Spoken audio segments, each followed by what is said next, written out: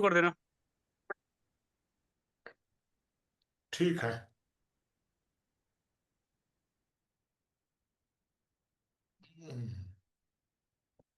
तो आज हम लोग ज्ञान कथा रख रहे हैं। हर महीने में 1 तारीख को रखने का प्लान बना था। पिछले महीने में मैंने समाज की व्यवस्था इस पर कुछ चर्चा की थी। आज हम लोग उस विषय को आगे बढ़ाते हुए इस बात पर विचार करेंगे कि व्यवस्थाएं तो कुल मिलाकर होती तो कई हैं, लेकिन मेन दो ही होती हैं। एक होती है समाज की और एक होती है राज्य की। राज्य भी समाज के अंतर्गत ही कार्य करता है। तो सबसे ऊपर होता है समाज। वैसे समाज के जो समाज सबसे ऊपर की इकाई है, सबसे नीचे की इकाई है व्यक्ति, नागरिक नहीं। व्यक्ति और नागरिक में भी अंतर होता है। तो व्यक्ति सबसे नीचे की इकाई होता है। व्यक्ति के मूल अधिकार होते हैं, ये आगे विषय में आएगा। तो समाज सबसे ऊपर होता है और समाज व्यक्तियों से बनता है। व्यक्ति किससे बनते हैं? व्यक्ति कोई प्राकृतिक इकाई नहीं है। व्यक्ति हवा में नहीं बनते हैं। व्यक्ति समाज से बनते हैं। जब तक कि समाज के दो लोग मिल करके व्यक्ति का निर्माण नहीं करेंगे तब तक होगा ही नहीं। तो इसका मतलब कि व्यक्ति और समाज ये दोनों एक दूसरे के पूरक हैं। समाज के बिना व्यक्ति नहीं बनता है और व्यक्ति के बिना समाज नहीं बनता है। अगर व्यक्ति ही ना हो दुनिया में तो समाज किसका बनेगा? और अगर समाज ही ना हो, कोई एक अगर अकेला व्यक्ति हो, अकेला रहे, तो तो वो कहां से उसका जन्म आगे कहां से होगा? ये दोनों के बीच में संबंध है। समाज जो होता है, समाज की व्यवस्था करने के लिए दो इकाइयां होती हैं। एक तो धर्म है। पिछली बार चर्चा हुई थी धर्म पर बहुत ज्यादा। और एक राज्य है। हमें एक बात यह समझनी पड़ेगी कि किसी भी संगठनात्मक इकाई, किसी भी संगठनात्मक इकाई का कोई ना कोई संविधान अवश्य होता है। क्योंकि जो संगठनात्मक इकाई होती है, तो संगठनात्मक इकाई के लोग मिलकर कोई एक तंत्र बनाते हैं। तंत्र जिसको सिस्टम कहते हैं। तो जब हम तंत्र बनाते हैं तो तंत्र कार्य करता है फॉर द सोसाइटी। वह एक प्रकार से उस संगठन का प्रतिनिधित्व करता है। तंत्र तो तंत्र ही डिक्टेटर ना हो जाए, तंत्र ही मालिक ना हो जाए, तब हर इकाई का एक संविधान होता है। आप चाहे परिवार को अपनी एक इकाई मान लीजिए, तो परिवार का एक संविधान होना चाहिए, हर इकाई का एक संविधान होना चाहिए, ऐसी इकाई का जो संगठनात्मक है। आप एक बात ये समझ लीजिएगा कि पूरे दुनिया का एक संविधान होना चाहिए था, लेकिन सारी दुनिया का कोई एक तंत्र अभी तक बना हुआ नहीं है, सारे दुनिया की कोई सरकार बनी हुई नहीं है, और बनने की दिशा में अग्रसर भी नहीं है, कोई प्लानिंग भी अभी नहीं है। तो ऐसी परिस्थिति में सारी दुनिया का संविधान बनना अनिवार्य भी नहीं है और बना हुआ भी नहीं है। यही कारण है कि अभी वर्तमान में राष्ट्र को सर्वोच्च इकाई मान लिया गया है। राज्य की सर्वोच्च इकाई तो समाज है, तो राज्य की सर्वोच्च इकाई हमने राष्ट्र को मान लिया।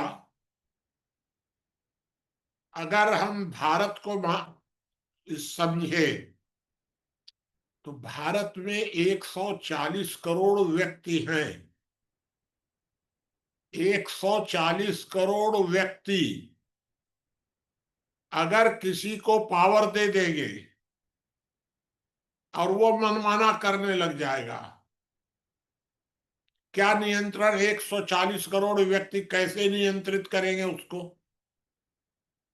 इसका मतलब यह है कि 140 करोड़ व्यक्ति जिस तंत्र का निर्माण करते हैं, उस तंत्र को कंट्रोल करने के लिए एक संविधान भी बनाते हैं, जिससे वो संविधान से बाहर न जा सके।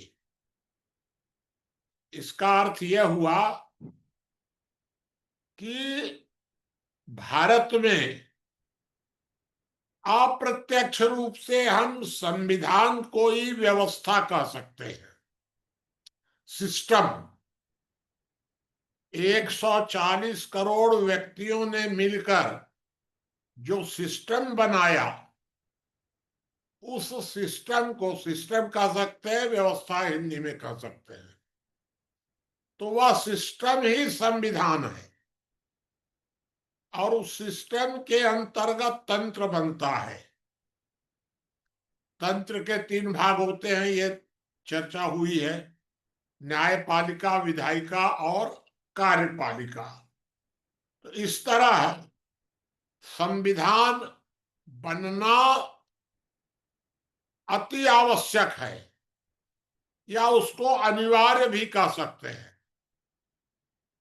अन्यथा राजतंत्र आ जाएगा या तानाशाही आ जाएगी, जो बलवान होगा वो लड़ झगड़ करके कब्जा कर लेगा। इसलिए एक संविधान बनाना जरूरी होता है। पिछली बार मैंने आपको चर्चा में बताया था कि समाज में जो 2 प्रकार के लोग हैं, एक होते हैं मोटिवेटर, एक होते हैं मोटिवेटेड। मोटिवेटर लोग कम होते हैं, मोटिवेटेड ज्यादा होते हैं। आमतौर पर माना जाता है मोटिवेटर 10%, मोटिवेटेड 90%। ये सारी समस्याएं मोटिवेटर ही पैदा कर सकते हैं, मोटिवेटर समस्याएं पैदा नहीं करते हैं कभी भी, कहीं नहीं, दुनिया में नहीं। तो समस्याएं पैदा करते हैं मोटिवेटर।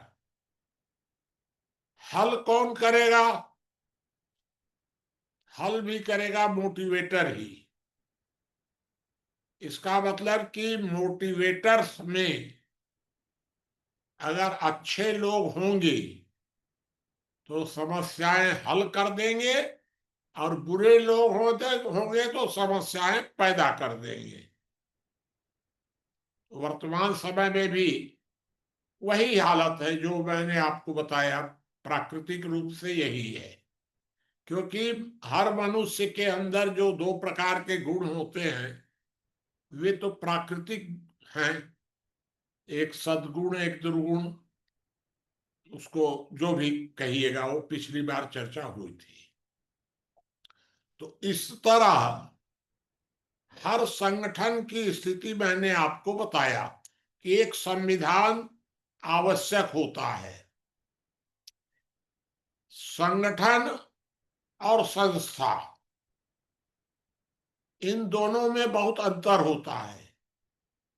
आम तौर पर आप 90%, 99% लोगों से पूछेंगे, 99% संगठन और संस्था का वो अंतर नहीं बता सकेंगे।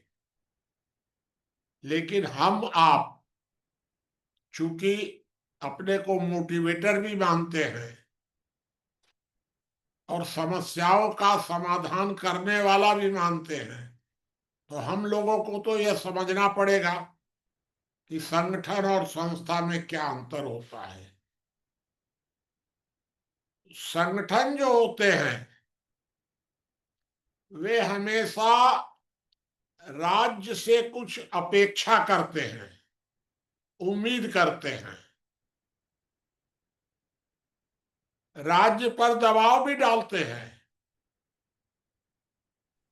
तो संगठन और राज्य ये दोनों एक प्रकार से कोरिलेटेड हो जाते हैं। संस्थाएं राज्य की मदद करती हैं, संस्थाएं समस्याओं का समाधान करती हैं, मदद करती हैं समाधान में। संगठन समाज की समस्याओं से लाभ उठाते हैं। संगठन मदद नहीं करते कभी भी। तो संगठन जो होते हैं वो ज्यादा आत्म केंद्रित होते हैं और संस्थाओं में आत्म केंद्रित कुछ होता ही नहीं है। और एक फर्क और है कि संगठन हमेशा कमजोर लोग बनाते हैं, मजबूतों से सुरक्षा के नाम पर, और करते हैं कमजोरों का शोषण। कोई भी संगठन होगा, ये संगठन का चरित्र है। संगठन कभी कमजोरों की मदद करते ही नहीं है, हमेशा कमजोरों का शोषण करेंगे और मजबूतों से टकराएंगे। ये संगठन का चरित्र है।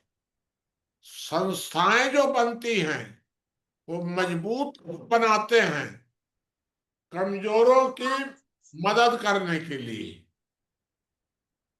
टकराने के लिए नहीं। इसलिए कोई संस्था कभी टकराती नहीं है।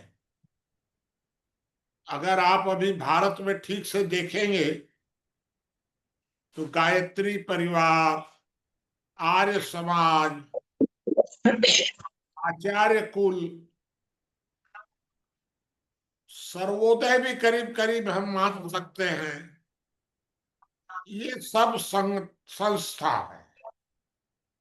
इनका स्वरूप संगठनात्मक नहीं है। हिंदुओं की भी जो धार्मिक संस्थाएं हैं वो सबका स्वरूप संस्थागत है। लेकिन इस्लाम, आरएसएस, ये सब संगठन है। इस्लाम टोटल संगठन है, संघ भी संगठन है।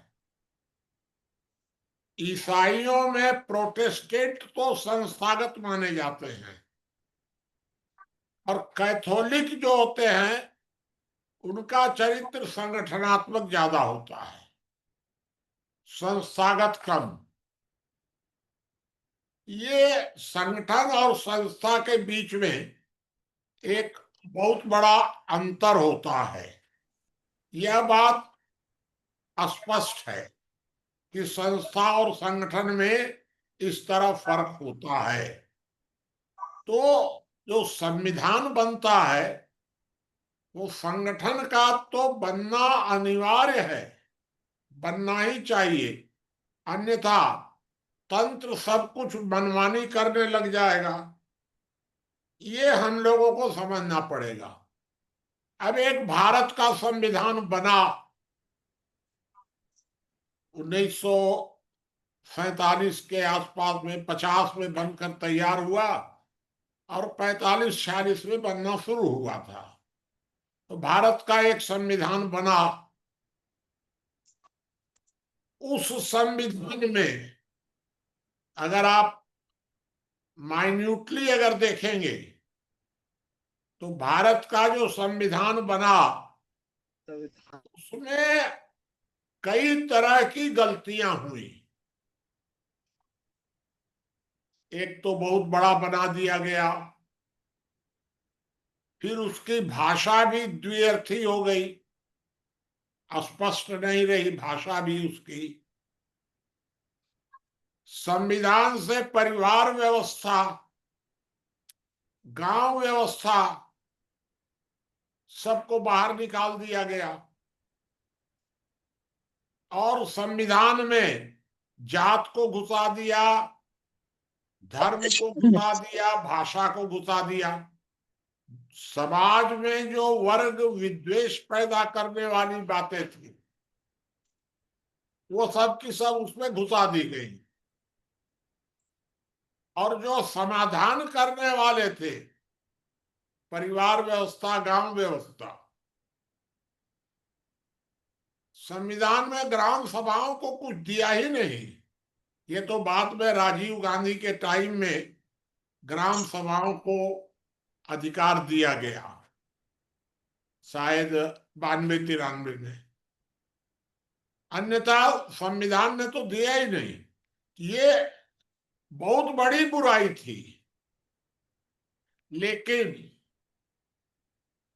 ये संविधान में जो गलतियां हुई, बुराइयां आई, इनसे संविधान बनाने वालों की खराब नीयत सिद्ध नहीं होती है। गलतियां उनसे हुई उस समय, जल्दी जल्दी में, या भाई दुनिया की नकल की गई। संविधान कोई भारतीय सोच पर तो बना नहीं है, क्योंकि उस समय तो गुलाम थे, विचारकों का अभाव हो गया था, शून्य भारत में थे विचारक। जब शून्य विचारक थे तो बाहर से लेना ही पड़ेगा और कोई उपाय ही नहीं था आपके पास, तो विदेशों की नकल करनी पड़ी, विचारकों के अभाव होने के कारण। दूसरी बात कि जो संविधान निर्माता थे वो तो लड़ झगड़ के आए थे, स्वतंत्रता संघर्ष में सेनानी थे, उनकी सोच अपने तरीके से ही थी। जो भी रहा होगा, उनकी नीयत खराब नहीं थी जिसके कारण गलतियां हुई। लेकिन गांधी के मरने के बाद इन लोगों की नीयत खराब हो गई। गांधी के मरते ही हमारे संविधान निर्माताओं ने लोकतंत्र की डिफिनीशन बदल दी और लोक नियंत्रित तंत्र से बदलकर लोक नियुक्त तंत्र कर दिया। सबसे बड़ी ये बुरी नीयत का काम हुआ कि लोकतंत्र की डिफिनीशन बदली गई। दूसरी गलती, गड़बड़ ये किया बुरी नीयत से कि तंत्र जो होता है, न्यायपालिका, विधायिका और कार्यपालिका, ये तीनों संविधान के अनुसार कार्य करने के लिए बाध्य हैं। यही सिद्धांत है। ये कभी संविधान का उल्लंघन कर ही नहीं सकते। कि हमारे संविधान निर्माताओं ने बुरी नीयत से संविधान संशोधन का अधिकार भी अपने पास रख लिया। इसका मतलब से कि संविधान में जो भी बदलाव करना होगा वो तंत्र कर लेगा। ये यहां आकर के साफ होता है एकदम कि उनकी नीयत खराब थी। और अगर नीयत खराब नहीं होती तो इन लोगों ने संविधान सभा को भंग क्यों किया? संविधान सभा चुनाव तक रह जाती। तो इन्होंने संविधान सभा को भंग भी कर दिया और अपने को संसद भी घोषित कर दिया। ये सारा, और अब अपने को संसद भी घोषित कर दिए और संविधान में संशोधन भी करते रह गए। ये सब इनकी नीयत पर संदेह होता है। अब आप अगर तंत्र के बारे में गहराई से समझेंगे तो आज वर्तमान में न्यायपालिका और विधायिका के बीच में जो टकराव दिख रहा है इसी का परिणाम है। न्यायपालिका कहती है कि संविधान में किसी भी प्रकार के संशोधन का अंतिम मुहर न्यायपालिका लगाएगी और संसद कहती है कि नहीं, अंतिम मुहर संसद की होनी चाहिए। तो ये विषय कभी फिर आएगा तो और डिटेल में चर्चा करेंगे हम लोग आगे बढ़े। राज्य ही एकमात्र इकाई है जो व्यक्ति के मौलिक अधिकारों को छीन सकती है। एकमात्र। समाज की कोई अन्य इकाई मौलिक अधिकारों पर आक्रमण नहीं कर सकती। मौलिक अधिकारों पर आक्रमण राज्य, जिसको तंत्र कहते हैं हम लोग, उसी को ये अधिकार दिया गया है। मौलिक अधिकार क्या है? अभी तक मौलिक अधिकार की दुनिया में परिभाषा बनी नहीं है, हम लोगों ने ही बनाई। मौलिक अधिकार है व्यक्ति की असीम स्वतंत्रता। व्यक्ति की असीम स्वतंत्रता को राज्य के अतिरिक्त कोई अन्य किसी भी परिस्थिति में न छीन सकता है न कटौती कर सकता है। व्यक्ति की मौलिक स्वतंत्रता, ये व्यक्ति का मौलिक अधिकार होता है। नागरिक का संवैधानिक अधिकार होता है। व्यक्ति और नागरिक में भी बहुत अंतर होता है, तो वो अंतर भी कभी क्लियर करेंगे। तो व्यक्ति की जो असीम स्वतंत्रता है उसकी कोई सीमा कोई नहीं बना सकता। तब तक नहीं बना सकता जब तक उसने कोई अपराध ना किया हो। तो फिर अपराध क्या है? व्यक्ति की स्वतंत्रता का उल्लंघन करना ही तो अपराध है, बस। इसका मतलब यह है कि व्यक्ति की स्वतंत्रता की सीमा अपने आप बनी हुई है, लाखों वर्ष से बनी हुई है, करोड़ों वर्ष से बनी हुई है। उस सीमा में कोई छेड़छाड़ नहीं कर सकता। वो सीमा बनी हुई है व्यक्ति की। तो इस तरह हम यह कह सकते हैं कि व्यक्ति को दंड देने का सारी जिम्मेदारी राज्य की है। अब राज्य जो है वो अभी तक शायद मेरे समझ में दुनिया में किसी भी देश का तंत्र, जिसको हम राज्य कहते हैं, तो किसी भी देश का तंत्र अभी तक यह नहीं समझ पाया कि उसके कर्तव्य क्या है और दायित्व क्या है। दायित्व को अंग्रेजी में कहेंगे रिस्पॉन्सिबिलिटी। तो दायित्व व्यक्ति के होते हैं बाध्यकारी। अगर आपको कोई दायित्व सौंपा गया है और आप अगर उसको नहीं करते हैं तो आप पर अनुशासन की कार्यवाही हो सकती है, क्योंकि वो आपके लिए बाध्यकारी है। कर्तव्य तो स्वैच्छिक होता है। आपको अगर किसी एक गोदाम का पहरेदार बना दिया गया, पहरेदारी करना आपका दायित्व है। कहीं एक एक्सीडेंट हो गया और कोई गिर गया, चोट लग गई, उसकी मदद करना आपका दायित्व नहीं है, वो आपका स्वैच्छिक कर्तव्य है। आप मदद करें तो बड़ी अच्छी बात है, ना करें तो ना करें। ये दायित्व और कर्तव्य अलग अलग होते हैं।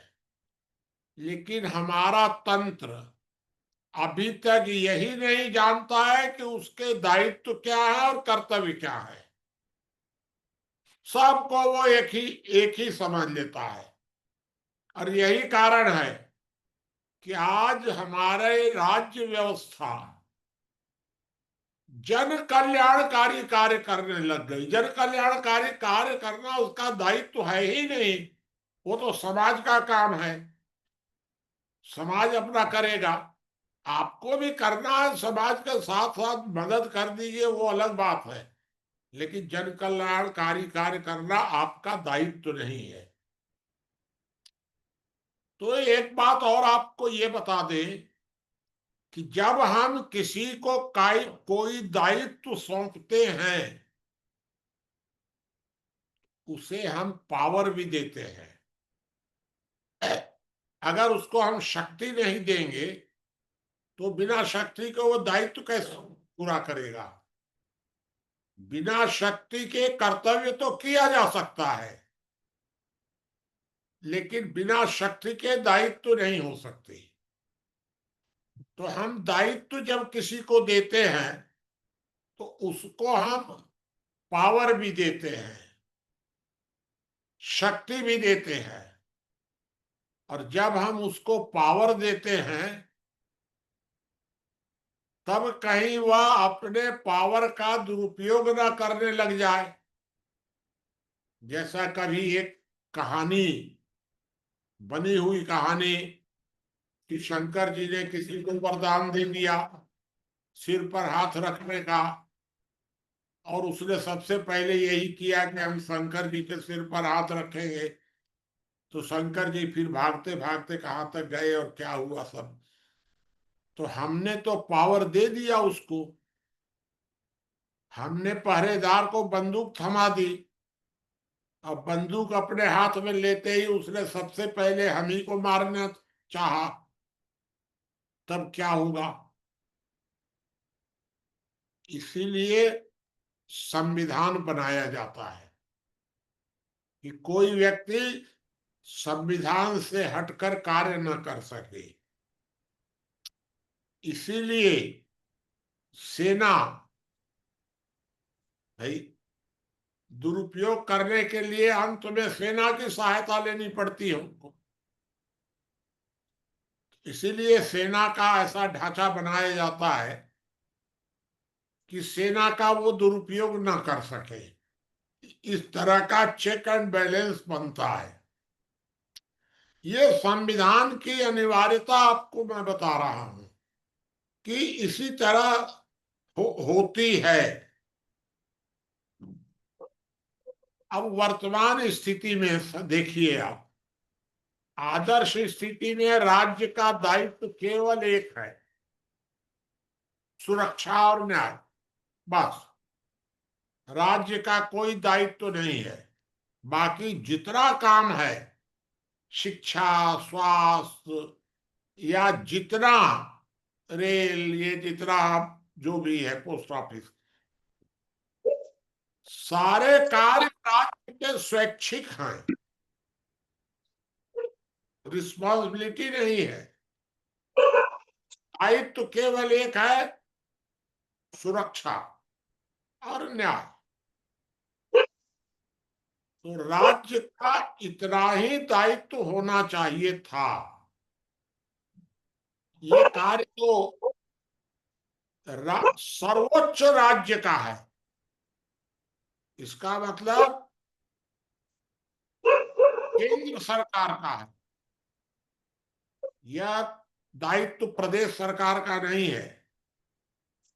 प्रदेश सरकार का कर्तव्य हो सकता है सुरक्षा और न्याय। हाँ, कर्तव्य तो परिवार का भी हो सकता है। बाहर यहाँ ये है कि किसी तरह के राज्य सरकार की कोई जरूरत नहीं है। बंद कर एक अनावश्यक बनाया गया है राज्य सरकार।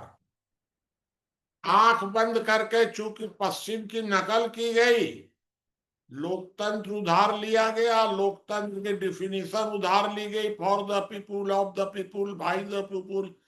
अपनी भारतीय परिभाषा लोक नियंत्रित तंत्र को छोड़ दिया गया और सब कुछ विदेशों का उधार लेकर के और उन्होंने राज्य सरकार बना दी।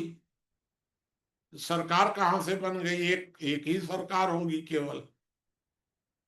राज्य सरकार की कोई जरूरत नहीं है। अभी मैंने कुछ दिन पहले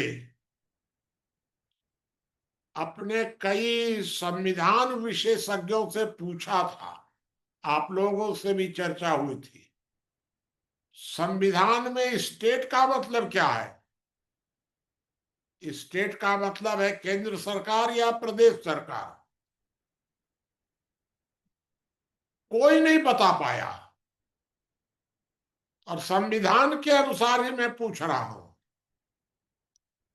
क्यों किसी के पास इसका उत्तर ही नहीं है कि भारतीय संविधान के अनुसार स्टेट केंद्र सरकार को माना जाता है कि प्रदेश सरकार को माना जाता है या किसको माना जाता है स्टेट?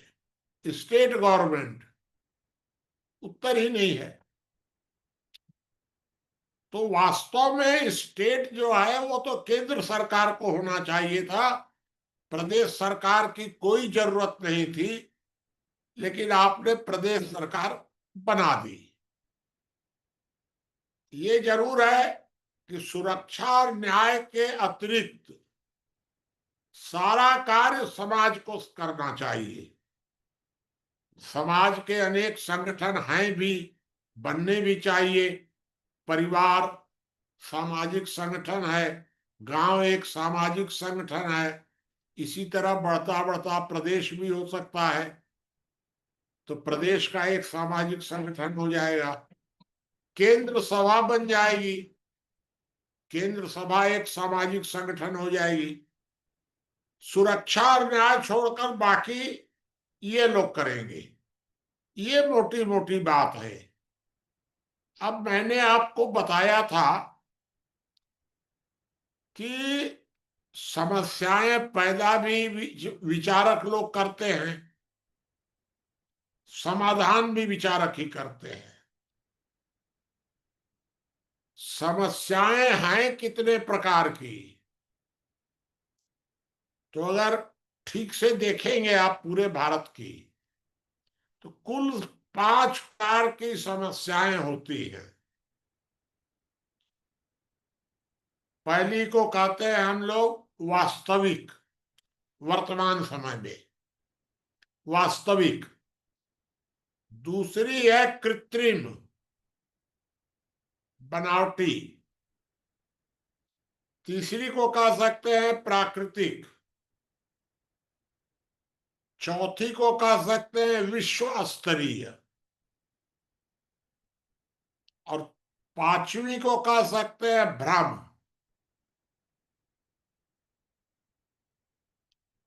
राज्य का दायित्व केवल वास्तविक समस्याओं को दूर करना है, बस।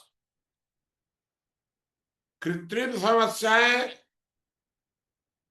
तो वो तो राज्य ही पैदा किया है। कृत्रिम समस्याएं अपने आप तो पैदा नहीं हो गई हैं। कृत्रिम समस्याएं समाज के लोगों ने पैदा नहीं की हैं। कृत्रिम समस्याएं सिर्फ राज्य ने पैदा की है। प्राकृतिक समस्याएं प्राकृतिक होती हैं, विश्व स्तरीय समस्याएं अलग होती हैं, उन पर किसी का बस नहीं है, उनको सारी दुनिया में जाकर ही करेगी।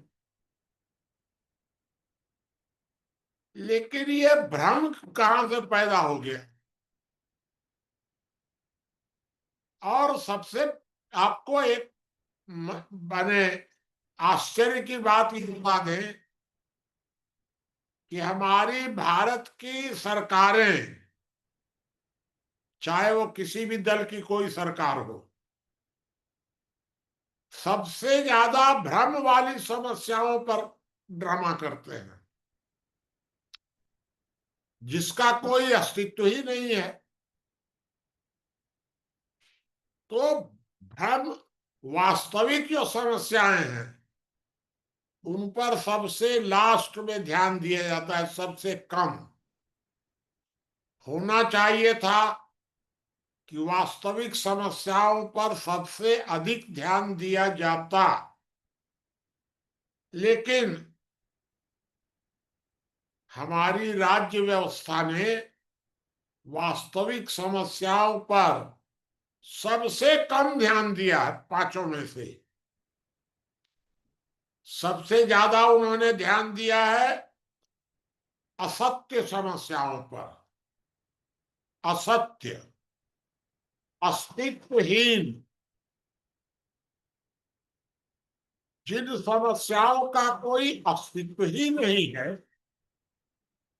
उन समस्याओं पर आप काहे को अपना दिमाग खपा रहे हैं भाई? हवा में लाठी चलाने से क्या हो जाएगा? कोई सांप तो नहीं मर जाएगा।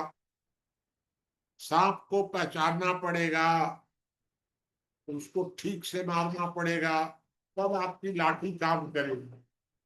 और आप हवा में चलाते रहिए लाठी। ये असत्य समस्याओं पर जो राज्य अपनी अधिक ताकत लगाता है, अब यहां राज्य गलत करता है कि उसकी नीयत खराब है, ये बात साफ नहीं है। वैसे तो असत्य समस्याओं पर दुनिया भर में इसी तरह हो रहा है, लेकिन भारत में बहुत ज्यादा है असत्य समस्याओं पर जोर लगाने का काम। तो अब आप ये सोच लीजिए कि आपकी ताकत लगनी थी वास्तविक समस्याओं पर। वास्तविक समस्याएं हल हैं कितनी कुल? केवल 5। एक, चोरी डकैती लूट। दूसरी, बलात्कार। तीसरी में आता है मिलावट और कम तौलना। चौथा, जालसाजी धोखाधड़ी। और पांचवें में बल प्रयोग, हिंसा। किसी भी प्रकार का बल प्रयोग अगर होता है तो वो अपराध है। 5 ही तो अपराध होते हैं। कृत्रिम समस्याएं कौन हैं? चरित्र पतन, भ्रष्टाचार, सांप्रदायिकता, जातीय कटुता, श्रम शोषण, आर्थिक विषमता। ये 6 समस्याएं राज्य ने पैदा की।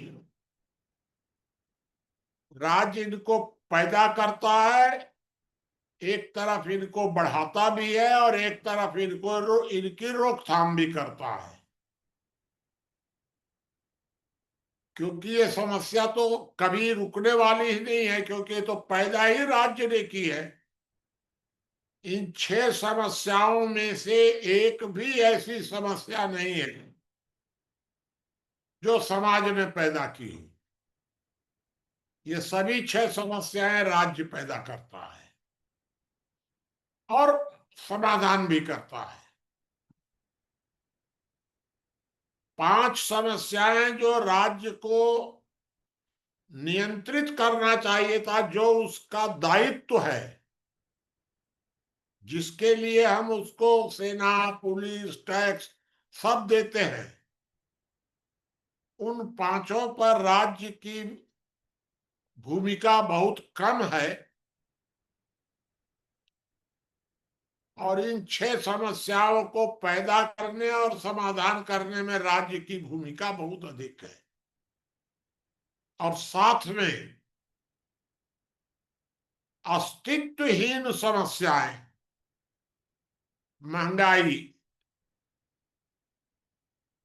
बेरोजगारी, दहेज प्रथा, ये सब अस्तित्वहीन समस्याएं हैं। एक दो नहीं, बहुत लंबी चौड़ी लिस्ट है इसकी भी। दहेज प्रथा ये अस्तित्वहीन समस्या है, कोई समस्या है ही नहीं दहेज पहेज की।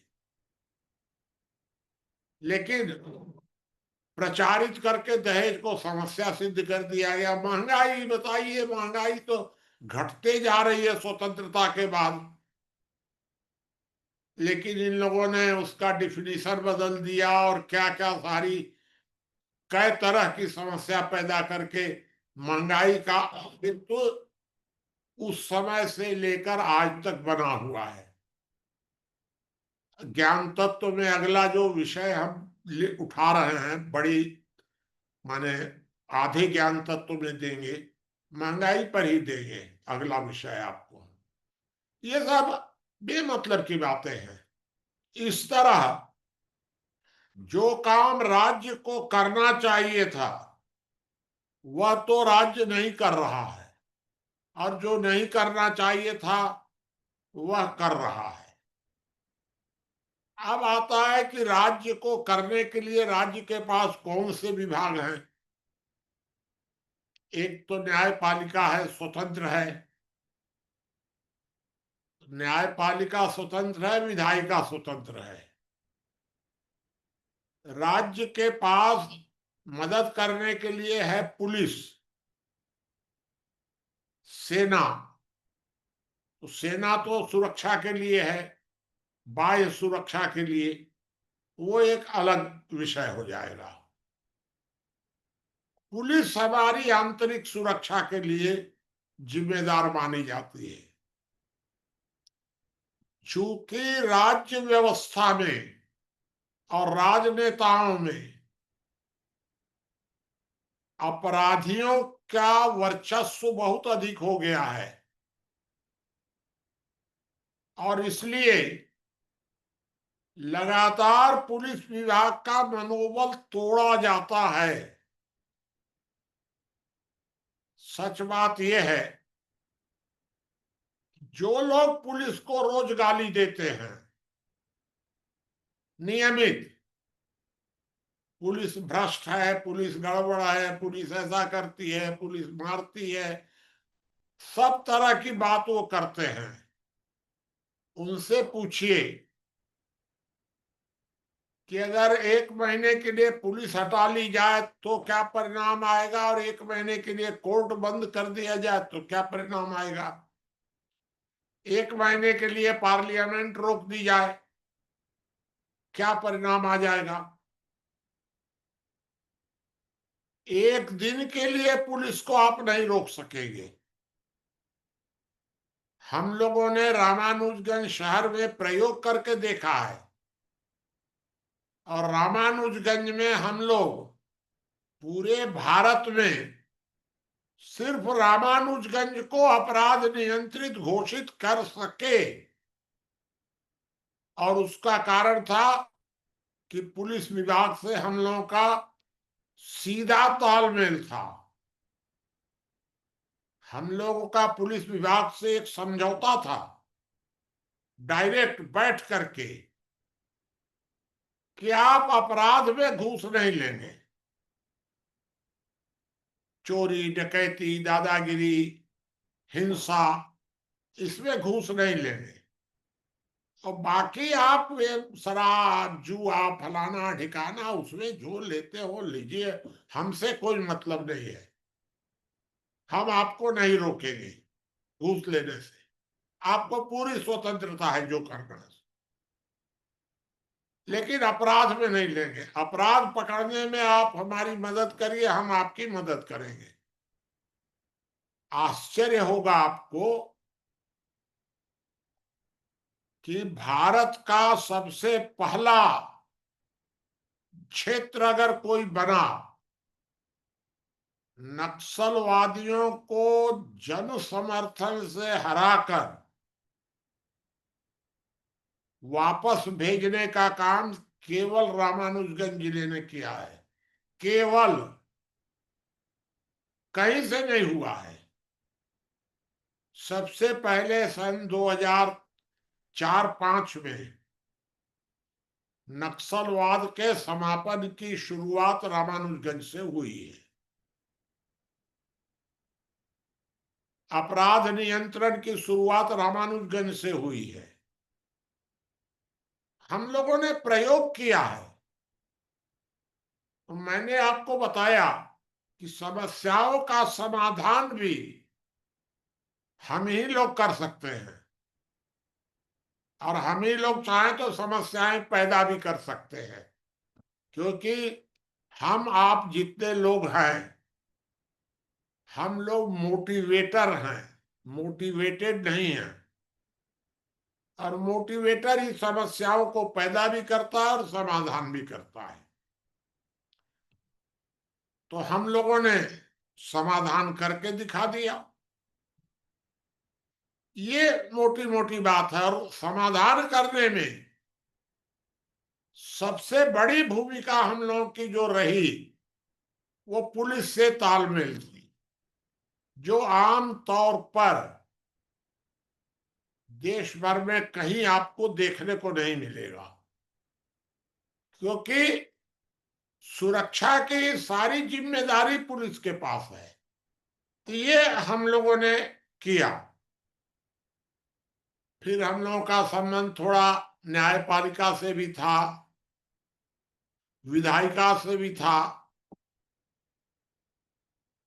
कार्यपालिका में पुलिस थी ही। ये सब, ये भी थोड़ा थोड़ा हम लोगों का संपर्क चलता रहा।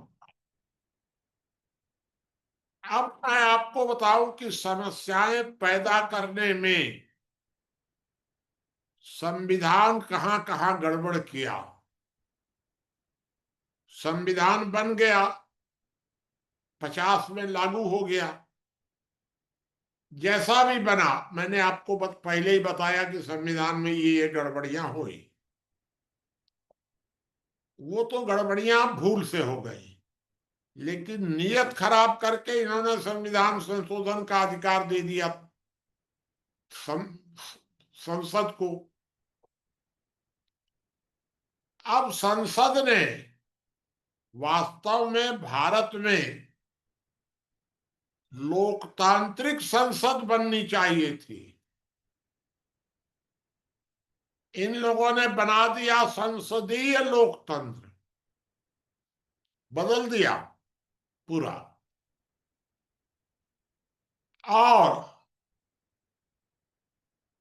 सन 50 में जो संविधान लागू हुआ, उस संविधान को 50 के बाद कितने तरह से फेर बदल करके और इन लोगों ने उस संविधान को कूड़ा कचरा बना दिया। अगर वर्तमान में कोई आदर्श स्थिति में नहीं, व्यावहारिक धरातल पर अगर कोई काम मुझसे पूछा जाए कि व्यावहारिक धरातल पर कोई छोटा सा काम बताइए, तो मैं तो यही कहूंगा कि जो अंबेडकर ने संविधान बनाया था, लागू किया था, उस संविधान के लागू होने के बाद आज तक जितने संशोधन किए गए हैं, इन संशोधनों पर एक बार फिर से विचार किया जाए। बहुत छोटी सी मांग है कि जो मूल संविधान था बना हुआ, उसमें जो बाद में इन लोगों ने फेरबदल कर दिया अपने मन से, बिना जनता से पूछे, उस पर एक बार फिर से विचार कर लीजिए और जो जरूरी है रख लीजिए, बाकी सबको हटा दीजिए, तब भी बहुत बड़ा फेरबदल आ जाएगा। अब आप सोचिए, इन लोगों ने घपला क्या किया। हमारे नेताओं ने हिंदू कोड बिल बना दिया। ये बताइए, धर्मनिरपेक्ष भारत, सब राजनेता डंके चोट पर कहते हैं धर्मनिरपेक्ष। धर्मनिरपेक्ष भारत में हिंदू कोड बिल बनाया जाता है और मुसलमानों को विशेषाधिकार दिए जाते हैं। अगर हमारे राजनेताओं की नीयत खराब नहीं थी तो एक तरफ हिंदू कोड बिल बना करके आपने हिंदू को रोका आबादी बढ़ाने से, और मुसलमानों को विशेष अधिकार दिया। कौन सी धर्मनिरपेक्षता थी? ये हिंदू कोड बिल वास्तव में हिंदू समाज के छाती में एक तीर की तरीके से दर्द दे रहा है। हिंदू कोड बिल लगातार समस्याएं पैदा कर रहा है, लेकिन है कोई उपाय भी नहीं है अभी। तो ये हिंदू कोड बिल बनाना और मुसलमानों को विशेषाधिकार देना दोनों गलत था। इसी तरह हमारे नेताओं ने एक बना दिया दल बदल कानून। बहुत गड़बड़। दल बदल कानून बना करके इन लोगों ने वास्तव में दलीय व्यवस्था को मजबूत कर दिया। अब पार्लियामेंट में किसी जनप्रतिनिधि को स्वतंत्रता से बोलने का अधिकार नहीं है, क्योंकि पार्टी का व्हिप जारी हो जाता है। तो हमारा जो प्रतिनिधि चुप करके जाता है वो दल का प्रतिनिधि हो जाता है, हमारा प्रतिनिधि तो रहा ही नहीं। जबकि जो संविधान लिखा गया था उस समय ऐसी कोई व्यवस्था नहीं थी। तो इस पर भी हम लोगों को समझना पड़ेगा। एक बात मैं आपको और बताऊं कि स्वतंत्रता के पहले हम लोगों को राज्य के खिलाफ हड़ताल, अनशन, चक्का जाम ये करने का अधिकार था, कर सकते थे स्वतंत्रता के पहले। स्वतंत्रता के बाद क्या जरूरत आ पड़ी है? क्या अधिकार है आपको हड़ताल करने का? आपको व्यक्तिगत रूप से करनी है, व्यक्तिगत रूप से आप जो करिए, मर जाइए, कौन रोक रहा है? अनशन,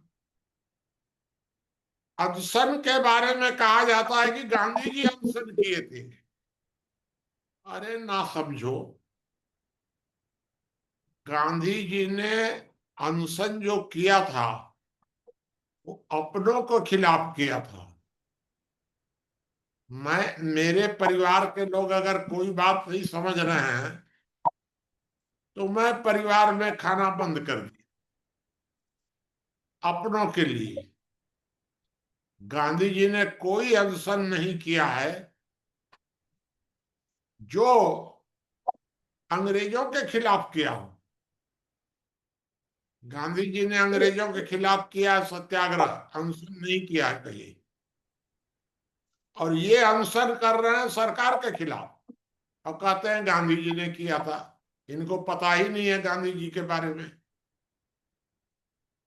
ये अनशन करते हैं दबाव बनाने के लिए। गांधी जी ने अपनों पर दबाव बनाने के लिए किया था, दूसरों पर नहीं।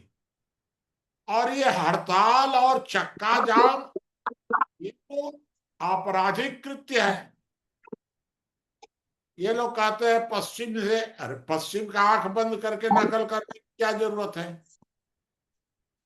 ये हड़ताल और चक्का जाम और जितना भी आंदोलन है, सबको पूरी तरह से रोक देना चाहिए। कोई जरूरत नहीं है हड़ताल और चक्का जाम और आंदोलन और नाराबाजी। नारा लगाने की आपको क्या जरूरत है? आप अकेले लगाना चाहें लगा दी, जो लगाना हो लगाइए, लेकिन आप मिल करके संगठन बना करके नहीं लगा सकते हैं। ये हम लोगों को इस प्रकार से समझना पड़ेगा। हम लोग अभी वर्तमान में जो भी टैक्स दे रहे हैं, इस टैक्स का 90% बेकार जा रहा है। कोई निर्माण में नहीं लग रहा है, कोई उपयोगी जगह नहीं लग रहा है, सब फालतू लग रहा है 90%। क्योंकि अनावश्यक कानून बने हुए हैं, बिना मतलब के कानून बने हुए हैं, जिसका कोई उपयोग नहीं है। न न्यायालय समझता है, न का विधायिका समझती है। ये पूरा का पूरा गड़बड़ी है। तो आज का विषय 1 घंटा हो गया है हमको, और अब आप प्रश्न करिएगा। दो 2-3 मिनट आप रुक जाइए, 2-3 मिनट के बाद आप प्रश्न करिएगा तो मैं और समझा दूँ।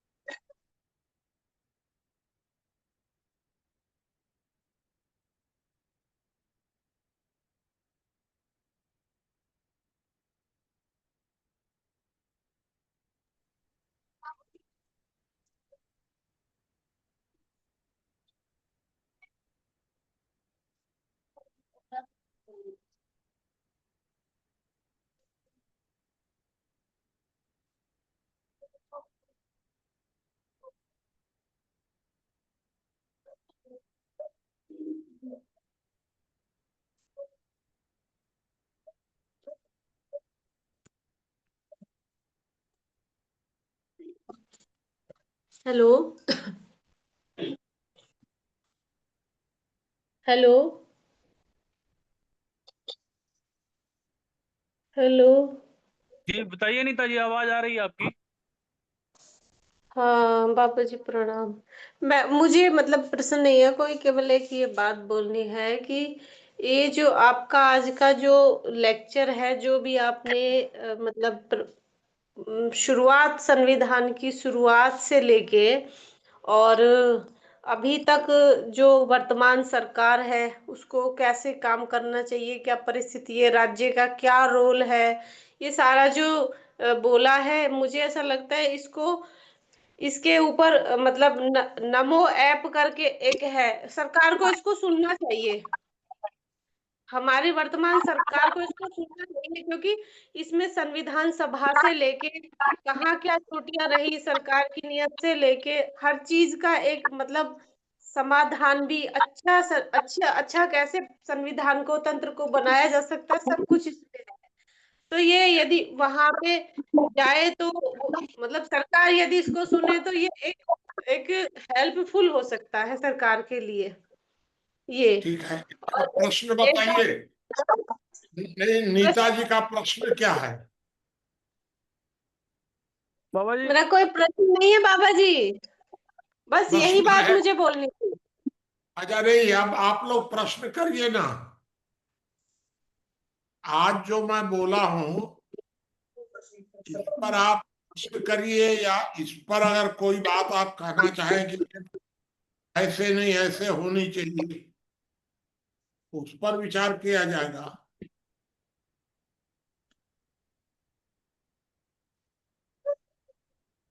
हेलो। चलिए आप लोग, हाँ, बताइए। सभी आज की चर्चा में सभी साथियों का अभिवादन है। मेरा प्रश्न ये है कि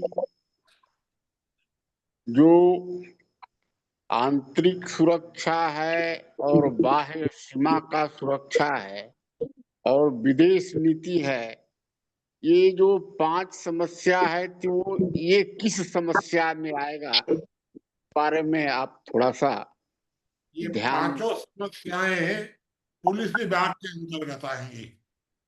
इसमें सेना नहीं है, विदेश नहीं है, इसमें केवल पांचों समस्याएं सुरक्षा से है। आंतरिक सुरक्षा, बाह्य सुरक्षा नहीं। बाह्य सुरक्षा के लिए हमारे पास सेना है। ये मैं आपको बता रहा हूं कि ये पांचों समस्याएं जो हैं वास्तविक हैं। ये पांचों समस्याएं पुलिस से संबंधित है, या तो पुलिस से है या न्याय से है। नहीं, मेरा जो कहना है कि ये जो वास्तविक समस्या, कृत्रिम समस्या, प्राकृतिक समस्या, वैश्विक समस्या और ब्रह्म समस्या, इन समस्याओं में बाह्य सुरक्षा और आंतरिक सुरक्षा और विदेश नीति, ये इन पांचों समस्याओं में किसमें आएगी? नहीं, ये जो प्राकृतिक समस्याएं हैं, मतलब विश्व स्तरीय समस्या या प्राकृतिक समस्या, इन समस्याओं को तो केंद्र सभा सुलझाएगी। जी, अच्छा इसमें सरकार की भूमिका नहीं है। जी अगर कोई बीमारी जी फैलती है तो उसके रोकथाम का समाज चिंता करेगा। जी जी सरकार तो केवल न्याय और सुरक्षा देखेगी। भूकंप आ गया, भूकंप की चिंता करेगा समाज। सरकार भी मदद कर सकती है कर्तव्य समझ करके, दायित्व तो नहीं।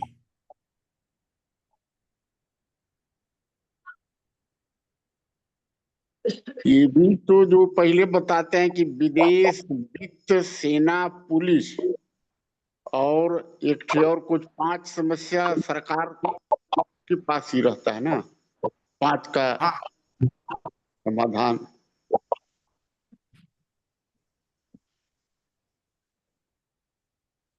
चलिए, और कुछ मदन जी पूछ रहे थे क्या,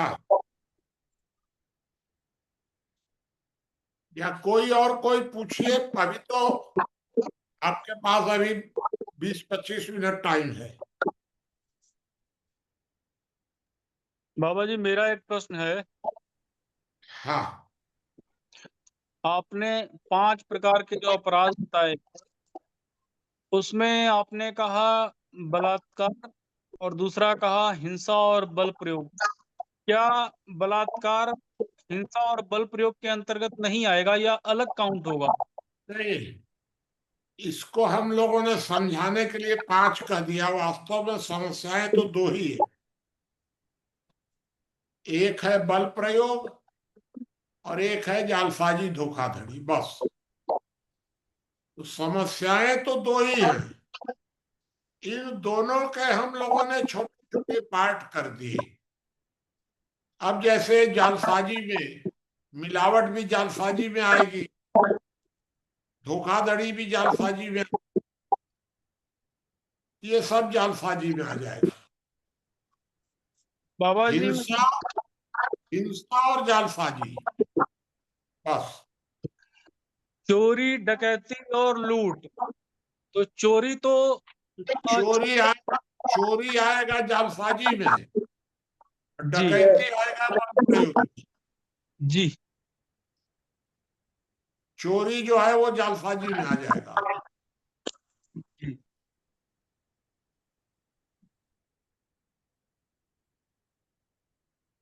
बहुत बढ़िया प्रश्न था। बाबा जी, एक प्रश्न और है। हाँ, जो संविधान का अनुच्छेद 1 कहता है भारत राज्यों का संघ है। राज्य के स्थान पर क्या शब्द आना चाहिए? क्या प्रांत शब्द उचित है? नहीं, भारत परिवार का संघ है, क्या दिक्कत है?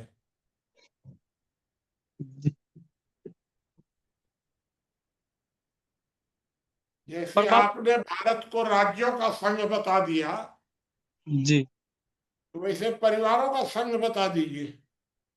बाबा जी, मैंने राज्य शब्द नहीं कहा, मैंने प्रांत शब्द कहा है। क्या चीज? भारत प्रांतों का संघ है, क्या ये ठीक रहेगा?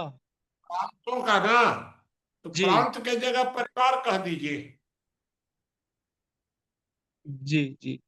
नहीं बाबा जी, आपने तो बताया ना कि एक संगठनात्मक इकाइयां भी होंगी, तो संगठनात्मक इकाइयां प्रदेश को भी माना है आपने। हाँ, प्रदेश को भी मैंने माना है। पहली इकाई परिवार, व्यक्ति तो होगा ही नहीं कोई, होगा तो परिवार।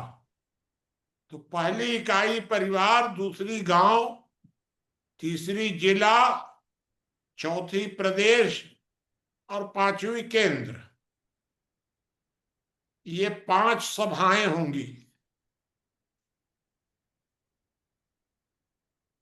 वर्तमान में जो संवैधानिक व्यवस्था है, इसमें परिवार को कुछ मान्यता दिए हैं, गांव को दिए हैं, जिला तक दिए हैं।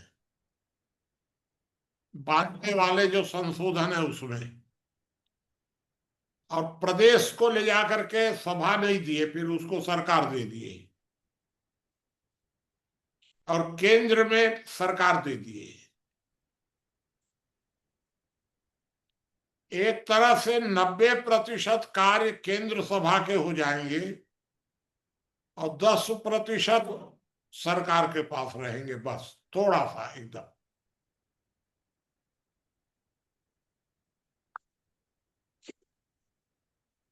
बाबा जी, प्रांत और राज्य में क्या अंतर है? प्रांत और राज्य, जी तो मैं आपको थोड़ी देर पहले बताया था कि राज्य का जो माने डिफिनीशन ही नहीं बनी है अब तक। बाबा जी, मैं तो समझता हूँ कि जिसके पास अपना संविधान है, अपनी सेना है, वो राज्य है, और प्रांत का गठन किसी संस्कृति और भाषा के आधार पर हो सकता है। आप समझ रहे हैं ना संविधान में क्या है? संविधान में क्लियर नहीं है अब तक।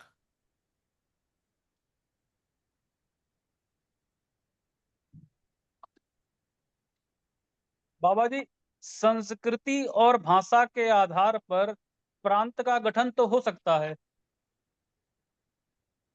उस पर तो विचार भी करेंगे कभी, जी वो तो विषय अलग हो गया।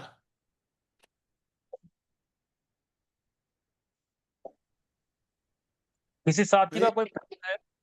ये आप जो कह रहे हैं संस्कृति और भाषा, ये तो केंद्र सभा का विषय है, सरकार का है नहीं इसमें तो कुछ भी। बाबा जी, केंद्र सभा जो है वो संस्कृति और भाषा के आधार पर प्रांतों का गठन कर सकती है। कर सकती है, सब कुछ कर सकती है केंद्र सभा। जो उसे केंद्र सभा को जो दायित्व नीचे वाली इकाइयों ने दिया है, केंद्र सभा को सारी जिम्मेदारी नीचे वाले देंगे। सरकार को जिम्मेदारी नीचे वाले नहीं देंगे, सरकार को सारी जिम्मेदारी संविधान ने दी है, लेकिन केंद्र सभा को सारी जिम्मेदारी नीचे वाले देंगे। नीचे वाले मतलब परिवार सभा से।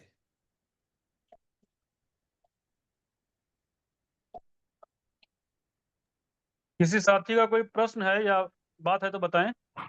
बाबा जी, मेरा एक प्रश्न है। जी बताइए। हिंदू हिंदू कोड बिल कैसे समाप्त हो सकता है? क्या किया जा सकता है इसे समाप्त? क्या है ब्रजेश जी इनका? बाबा जी, इनका प्रश्न है कि हिंदू कोड बिल को कैसे समाप्त किया जा सकता है। कैसे किया जा सकता है, इसका उपाय तो बैठ के सोचिएगा सब लोग भाई। बाबा जी कोई अभी अभी वर्तमान में कोई उपाय नहीं है। बाबा जी वर्तमान में हम लोग पर विचार करते रहे, इसके अलावा कुछ नहीं, बस। बाबा जी ज्ञान जनता, मेरे नागरिक संहिता के द्वारा।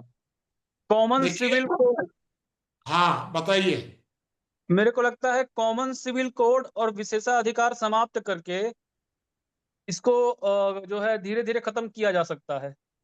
हाँ वो, लेकिन सब तो संविधान से ही होगा ना। जी जब तक आपका संविधान स्वतंत्र नहीं होता है उनके गुलामी से, जी तब तक तो भाई कोई अभी उपाय कुछ दिख नहीं रहा है।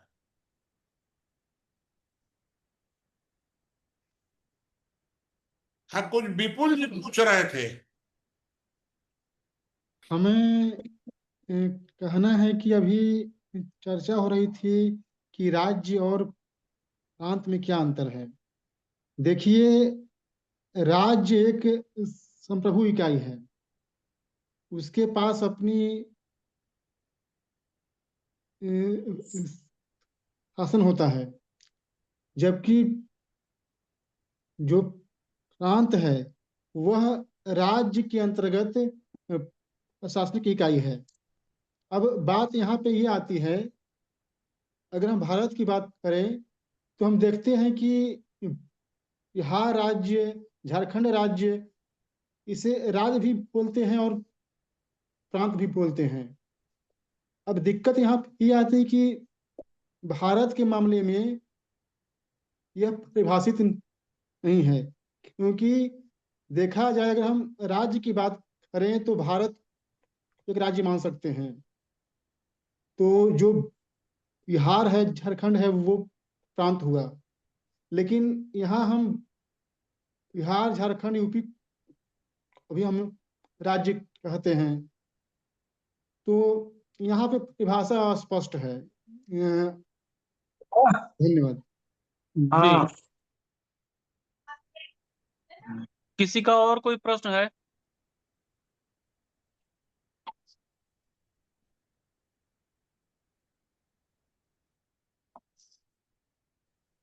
बाबा जी मेरा एक प्रश्न है। हाँ, जैसे समस्याएं हैं तो उसमें एक कृत्रिम है और एक प्राकृतिक है और एक वास्तविक समस्या है। तो जो वास्तविक समस्या है, क्या प्राकृतिक समस्या को हम वास्तविक समस्या ना माने? नहीं, प्राकृतिक समस्या प्राकृतिक है। जी वास्तविक समस्याएं हैं, इनको हम प्राकृतिक से अलग कर रहे हैं। अगर आप चोरी डकैती को अगर आप भूकंप से जोड़ेंगे तो फिर दिक्कत पैदा होगी। बाबा जी, पर समस्याएं तो मुख्यतः दो ही हैं, एक अस्तित्वहीन है और एक का अस्तित्व है। कर सकते हैं ऐसा भी, जैसा सबकी राय होगी। हम लोगों ने उसको 5 भाग किया है और हम लोगों ने राज्य को जिम्मेदारी दी है एक समस्या समाधान की, बस। वास्तविक, जिसको हम लोग आपराधिक कहते हैं। भाई, क्या दिक्कत है? राज्य राज्य ना करके अगर केंद्र सभा करेगी तो उससे क्या दिक्कत आ जाएगी दोनों के बीच में?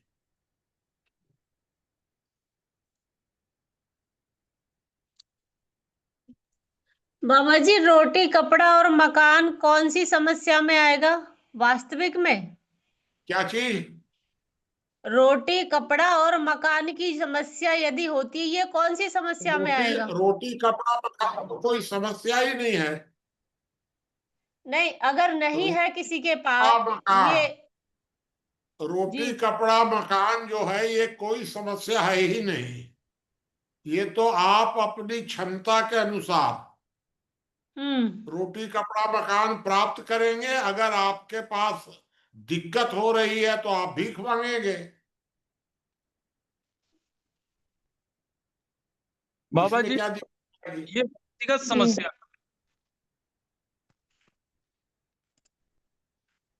हरिओम। रो, रोटी कपड़ा मकान न प्राकृत के सरकार की समस्या है न समाज की समस्या।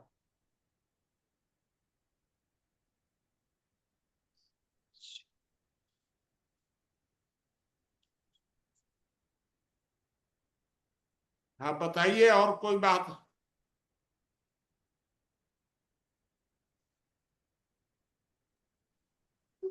बाबा जी, एक प्रश्न और है। हाँ जैसे प्रांतों के भीतर जो है एनडीआरएफ की टीम बनी होती है, किसी प्रकार की प्राकृतिक आपदा आती है तो उसके लिए एक अलग से बजट निकाला जाता है। ये बजट का जो प्रबंधन किसके अंतर्गत होगा? केंद्र सरकार के अंतर्गत होगा या फिर ये केंद्र सभा के अंतर्गत होगा? कोई बजट नहीं निकालेगा केंद्र किसी के लिए। केंद्र अपना केंद्र को हम सुरक्षा टैग कर देंगे बस। वो अपना सुरक्षा करेगा और तो कोई काम उसका नहीं है। बाबा जी, जैसे प्राकृतिक आपदाएं आती हैं, जैसे अभी उत्तराखंड में आई, तो फिर इसमें हाँ, कौन तो क्रियान्वित करेगा?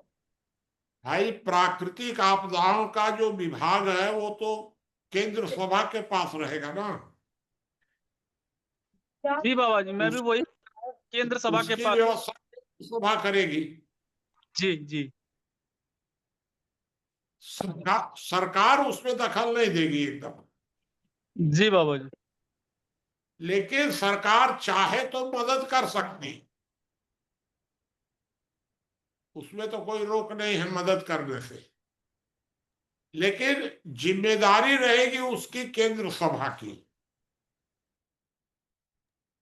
बाबा जी, वैदराज हाँ बताइए। भैया जी, तो वो शिक्षा से यदि केंद्र सरकार खर्चा करेगी तो मदद करेगी, मतलब वो खर्च भी करेगी उसमें से बजट का पैसा को। करे या ना करे वो बज... उसकी मर्जी।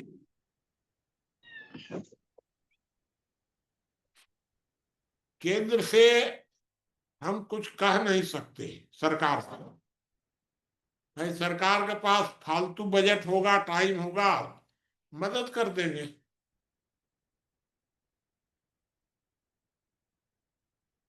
सरकार नाम की चीज ही केवल कोई नहीं पूछेगा सांसद वांसद को कि ये सांसद महोदय जा रहे हैं। कौन पूछता है सर?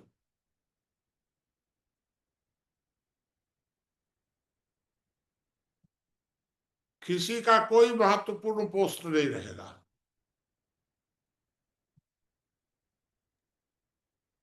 बाबा जी, इसका अर्थ ये है कि इसमें जो खर्च आएगा उस खर्च का प्रबंधन अर्थपालिका के द्वारा किया जाएगा।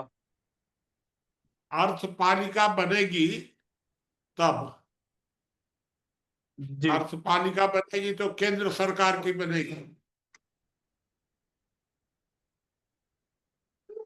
जी विधायिका कार्यपालिका न्यायपालिका अर्थपालिका केंद्र सरकार की बनेगी। केंद्र सभा अपने खर्चे की व्यवस्था केंद्र सभा करेगी। नहीं, हम तो केंद्र सरकार को एक सुरक्षा कर दे रहे हैं बस। सारा टैक्स समाप्त कर दिया जाएगा। इनकम टैक्स, सेल टैक्स और जितना जीएसटी वगैरह सब सब टैक्स समाप्त। कोई टैक्स नहीं। जो लगाना है केंद्र सभा समझिए अपना बस।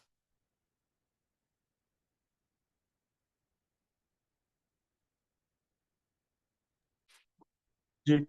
किसी साथी का कोई प्रश्न है? बताइए। और वैद्य राज जी को कोई पूछ रहा? अभी तो कोई पूछा ही नहीं है। सुनील देव जी कुछ पूछे ही नहीं है अब तक। माता प्रसाद जी भी पिछली बार तो पूछे थे।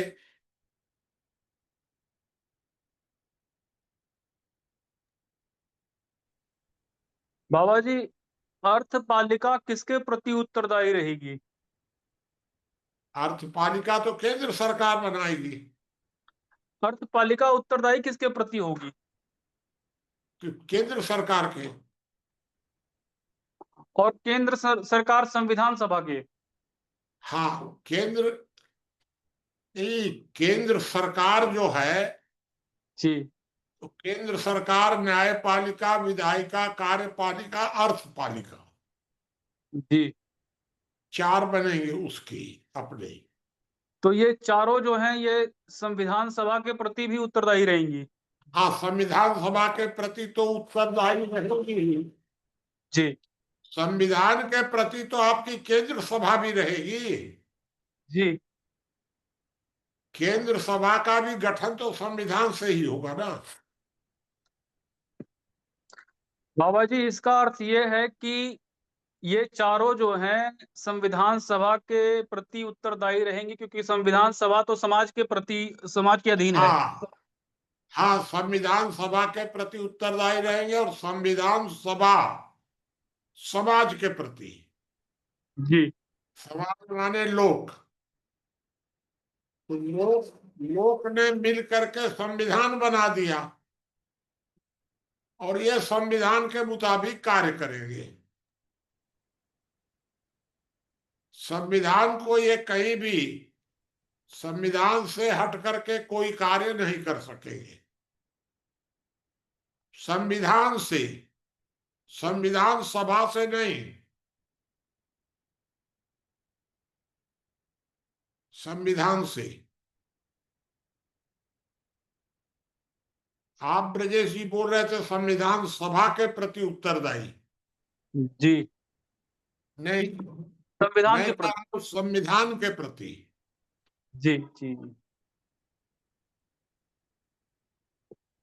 अगर संविधान सभा को लगेगा कि ये लोग गलत कर रहे हैं तो संविधान में संशोधन कर देंगे वो लोग। बाबा जी वैदराज बोलूं।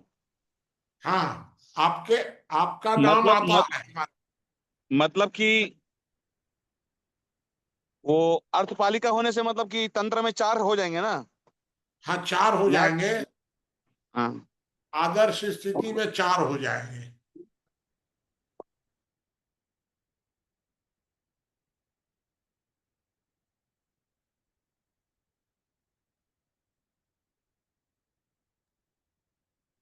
किसी भाई साथी का कोई। देखिए, पुराने जमाने में 4 वर्ण थे, ब्राह्मण, क्षत्रिय, वैश्य, शूद्र। हम लोग 4 भाग कर रहे हैं। ब्राह्मण को दे रहे हैं हम लोग न्यायपालिका और विधायिका, क्षत्रिय को कार्यपालिका, वैश्य को अर्थपालिका। ये हम लोग भाग भाग कर रहे हैं। वास्तव में वर्ण व्यवस्था में एक गलती वर्ण व्यवस्था में हुई है हम लोगों की कि द्विज का मतलब हम लोगों ने मान लिया ब्राह्मण। द्विज का मतलब ब्राह्मण नहीं होता है। द्विज का मतलब होता है ब्राह्मण, क्षत्रिय, वैश्य। ये तीनों द्विज हैं। जन्मना जायते शूद्रः संस्कारात् द्विज उच्यते। जिसका संस्कार हो गया वो द्विज हो गया। तो द्विज जो है वो यज्ञोपवीत पहनते हैं।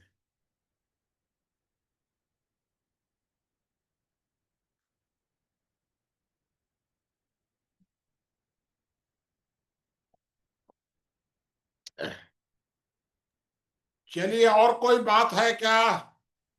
बाबा जी, एक प्रश्न मेरा है। हाँ, एक्सीडेंट को किस श्रेणी में रखा जाए? अपराध तो नहीं कहलाएगा? किसको? एक्सीडेंट हो जाता है जो रोड पर। एक्सीडेंट?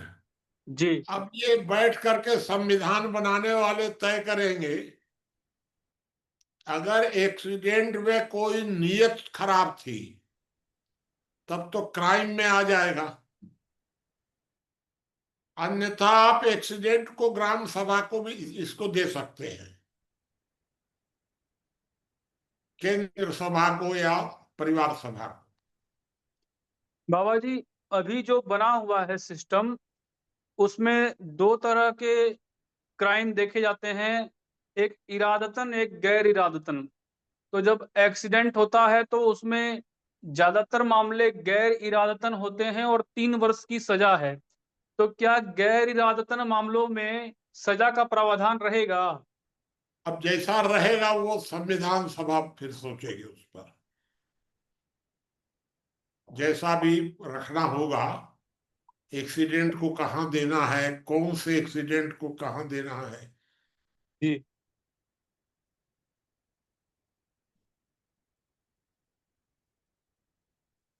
भाई अभी तो सारा काम सरकार ने ले रखा है।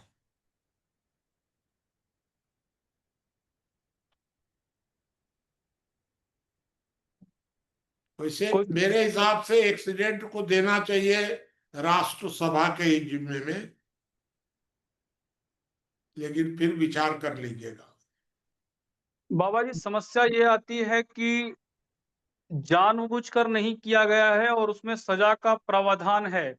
और अगर सज़ा का प्रावधान हटा दिया जाए तो व्यक्ति अनियंत्रित हो जाएगा, वो गाड़ी चलाते समय ध्यान ही नहीं रखेगा।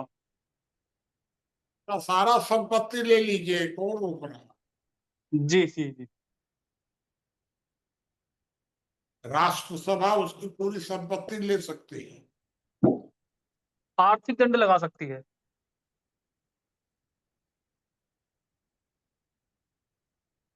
और बताइए, किसी का कोई प्रश्न?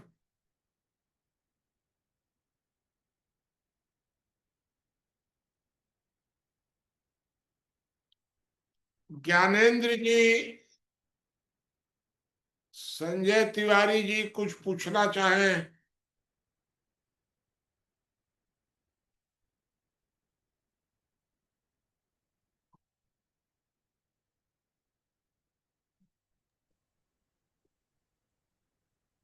मुझे अब आप, हाँ कोई बात है तो बताइए, नहीं तो समाप्त कीजिएगा। मुझे लगता है बाबा जी, आज आचार्य जी जो हैं वो आर्य महासम्मेलन में थे। आज वहाँ अंतर्राष्ट्रीय महासम्मेलन था दिल्ली में। हाँ, आर्य महासम्मेलन। जी, अंतर्राष्ट्रीय आर्य महासम्मेलन, आचार्य जी शायद वहीं रहे होंगे। हाँ, आचार्य जी तो वहीं गए थे, बता रहे थे जी। कि मैं आर्य महासम्मेलन में जा रहा हूँ। 150 रुपए का और 200 रुपए का सिक्का जारी किया है सरकार ने। 150 का कि 200 का? मेरे को लगता है शायद दोनों सिक्के जारी किए हैं। अच्छा, और उसपे गायत्री मंत्र है और ओम का वो बना हुआ है, ऋषि दयानंद का प्रतीक बना है उसपे। ठीक है। जी।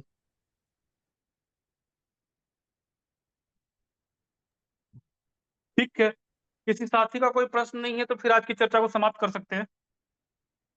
अच्छा, एक सूचना मैं आप लोगों को दे देता हूँ।